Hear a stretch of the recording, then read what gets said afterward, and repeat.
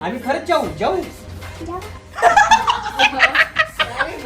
अंकलला bye bye करून दे बेटा.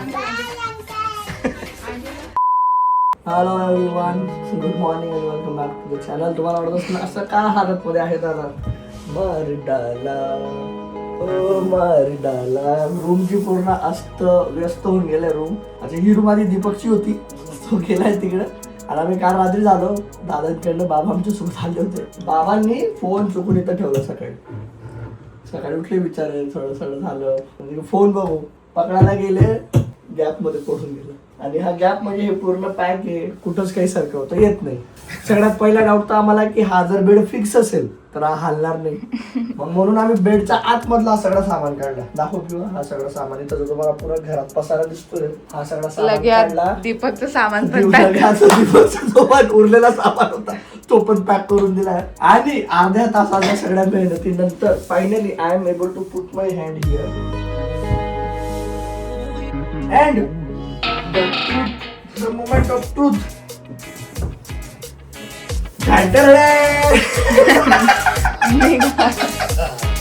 येलो बाबा दिला घरी सुखीला.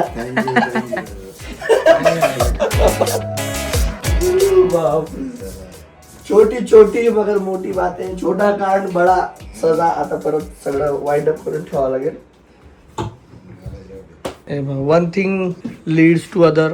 ऍक्च्युली हे सगळं काढलं, त्याच्यानंतर आता हे लावून दिलं. याच्यात सगळं सामान काढला, भरपूरसा कचरा निघाला. त्याच्यानंतर हळूहळू रूम मध्ये एवढा पसारा होता. आता बघा हे सगळं खाली करून घेतलं. नवरदेव आमचे नवीन सेट होतोय तो हळूहळू. पण त्याचं सामान बघा किती निघालं. मुली एवढा सामान आहे त्याचा एकट्याचा. त्याला म्हटलं हे कधी करणार. आज आमचं मुहूर्त निघाला तर म्हटलं चला आपणच सगळी रूमची क्लिनिंग करून टाकू.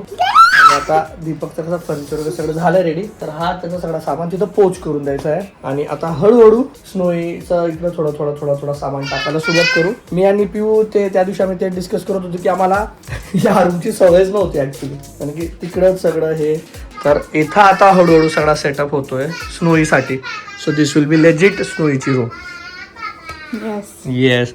आणि आमची स्नोई महाराणीने काय पराक्रम केलाय. मेकअप कोणी केला? हा कोणी केला? अशा कावर केला? अशा मेकअप करतात. चला आता तिच्यासोबत खेळायचंय मला. So it's play time. आणि नंतर आता बाबा आले की मग हा सगळं सामान तिकडे शिफ्ट करायचं आहे हळूहळू. ओके, सगळं सामान जेव्हा मी क्लीन करत होतो ना तेव्हा मला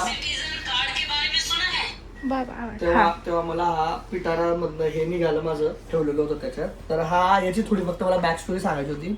हा माझा पहिला स्पीकर जो मी घेतला होता. So most of you might not be knowing this. माझी स्वतःची डान्स अकॅडमी होती लग्नाच्या आधी. ऑलमोस्ट 2-3 वर्ष Saturday Sunday after office, Monday to Friday office केल्यानंतर डान्स क्लासेस घ्यायचो मी. झुंबाचे क्लासेस घ्यायचो, डान्स क्लासेस घ्यायचो. त्याच्यातनं थोडेफार काही पैसे यायचे. मग नंतर मला वाटलं की यार एक स्पीकर पाहिजे. तर तेव्हा हा स्पीकर घेतला होता. आयबॉल कंपनीचा आहे.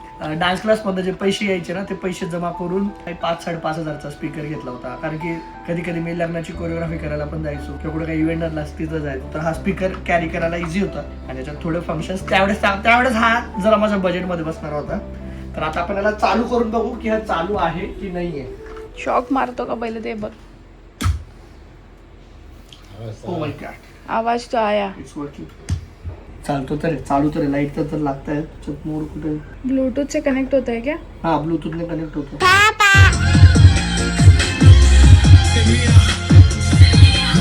आवाज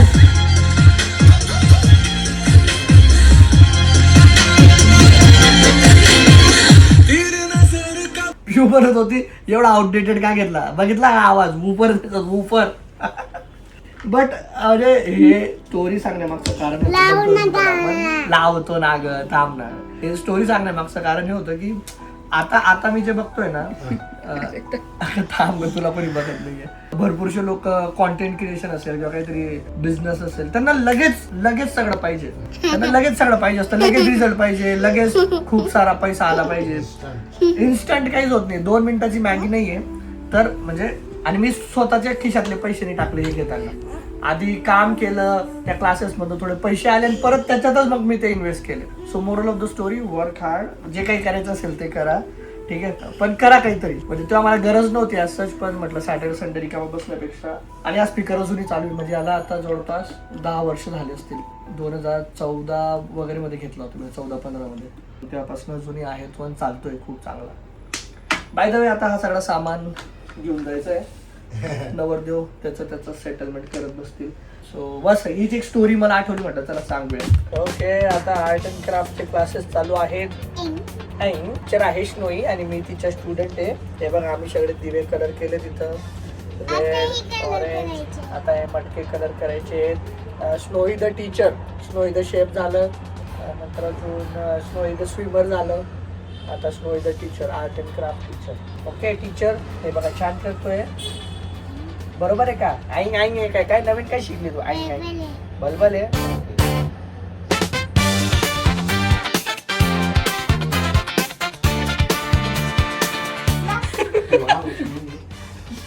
चलो हे निघालेत आता. काय बाय करून दे बेटा. सांगतो कोणाला सांगायचे, आपली आंटीला गेली सांगायचे. ओके, जाऊ दे, आंटी तुला सांगतो. तो बाय बाय करून दे, जाऊ दे. अंकलला बाय बाय करून दे बेटा. अंकलला ना बाय अंकल. बाय. आम्ही खरंच जाऊ जाऊ.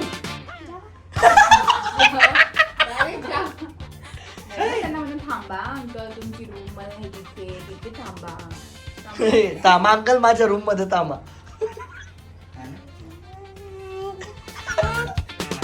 झालं तिला आता. बाय बाय करून दे बेटा. चल ते चालले. जायला सांग. हे बघ हे बघ.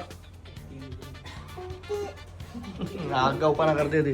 चलो, आय होप तुमचं सगळं सेटल झालं असेल. नाही अजून पण नाही? अरे भाई, हा नाही, खूप बाकी भाई, एकदम डेंजर का. आता अभी समझ रहा है ना, अभी समझ रहा है. माइक दो भाई, हाँ? माइक. हा पिऊ, आता समजेल काय काय कैसा होता है. आबोली कॉल करत असं. चलो बाय बाय, एन्जॉय. कब जा रहे हो? कब वापस आ रहे हो तुम लोग? नहीं रे, कल उधर जल सृष्टि गुरुवार को, नहीं गुरुवार को आएंगे. जाओ गुरुवार को जाओ, वापस घूम के आओ, ना. बाय.